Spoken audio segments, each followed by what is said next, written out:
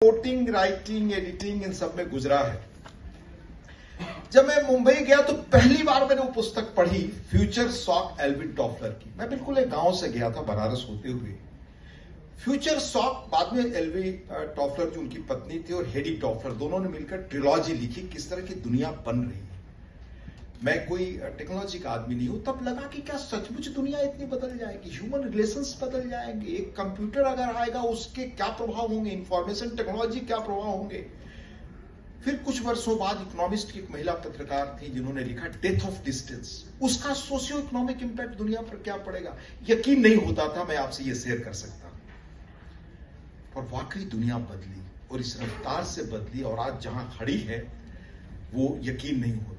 और बहुत इसमें मौके आपके साथ हैं। मैं इस संदर्भ में ये बात कह रहा हूं, हम पत्रकारों के पास है, हमारे पास अवसर है। आज हम कहां खड़े हैं, मेरे जैसे बिल्कुल एक नॉन टेक्निकल नॉन टेक्निकल व्यक्ति के रूप में, अपने एक जर्नलिस्ट के रूप में ओपिनियन दे सकता हूं। मैं पिछले दिनों 4 महीने जब मैं आया तो भाई कार्तिकेय जी और आपकी बात हो रही थी टेक्नोलॉजी पर, उसके बारे में सामान्य पढ़ रहा था। दुनिया के टॉप फिजिक्स का जो ये सुपर कंप्यूटर आया उसके बारे में मैं एक लेमैन के रूप में पढ़ा कि जो आज फास्टेस्ट कंप्यूटर है, वो जो कैलकुलेशन करता है उसे करने में हजारों वर्ष जो लगेंगे वो ये 5 सेकंड में करेगा। इसका एआई से संबंध बना तो किस रूप में दुनिया बदलने वाली है, हम में से किसी को एहसास नहीं। 4 महीने पहले जब दुनिया के जाने माने टेक्निकल एक्सपर्ट्स जो उसमें है, जब कहा कि एआई के प्रयोग को रोका जाए, तो उस वक्त बड़ी दिलचस्प खबर हमने वर्षों बाद पढ़ी इकोनॉमिक टाइम्स में। इकोनॉमिक टाइम्स में सैम अल्टमैन, जिस व्यक्ति ने ये जो आपका चैट जीपीटी आया है जिसके बारे में ये बात हो रही है सारा, उन्होंने एक इंटरव्यू दिया था न्यूयॉर्क टाइम्स को। फिर मैं वो इंटरव्यू निकलवाया 2019 में, जब माइक्रोसॉफ्ट ने $1 बिलियन पूंजी उसमें इन्वेस्ट किया।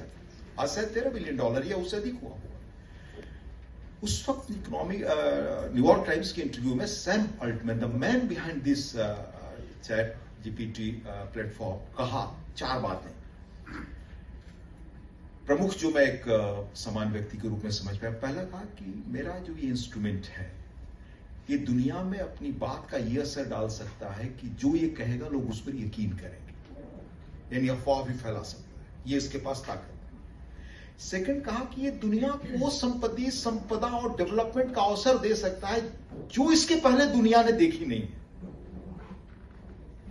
थर्ड चीज कही कि ये दुनिया में मतलब जो थियरी, जो बात कहना चाहता है वो कह देगा, लोग फैक्ट्स ना भी हो तो कन्विंस हो जाएंगे इसकी बात पर। चौथा उन्होंने पूछा कि भाई आप पूरी ह्यूमन हिस्ट्री में जो डेवलपमेंट जो बड़े शोध हुए हैं उसमें इसको कहां रखना चाहते हैं। तो कहा याद रखिए, न्यूयॉर्क टाइम्स को संवाददाता को सैम अल्टमैन ने कहा कि ये मैनहट्टन प्रोजेक्ट की तरह है, हिस्ट्री में इसका इंपैक्ट ये होगा। मैनहट्टन प्रोजेक्ट क्या होगा, ओपेनहाइमर पर फिल्म भी देख रहे हैं, जो पहला परमाणु बम आया और जिसने दुनिया को बदल दिया हमेशा के लिए, और एलाइड पावर्स को ताकत भी मिली उससे, वो कामयाब हुए। तो कहा ये उससे ज्यादा महत्वपूर्ण है, ये उस तरह दुनिया को बदलेगा। ये 4 चीजें उन्होंने कही।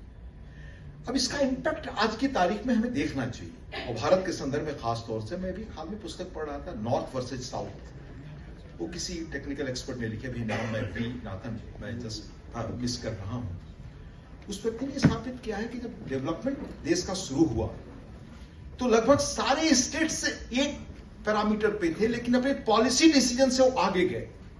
आज एआई ये अपॉर्चुनिटी देता है कि जो पीछे स्टेट्स रह गए डेवलप्ड स्टेट्स के मुकाबले, वो बहुत तेजी से हेल्थ एजुकेशन में अपनी तकदीर बदल सकते हैं। पर जैसा हर टेक्नोलॉजी के साथ है, अच्छा भी है बुरा भी, वो है इसके साथ भी। तो हिंदुस्तान में ये अवसर है और दुनिया में है। इस टेक्नोलॉजी का कैसे मीडिया इस्तेमाल करती है ये आपको और हमें तय करना है भविष्य के लिए। अभी दुनिया के टॉप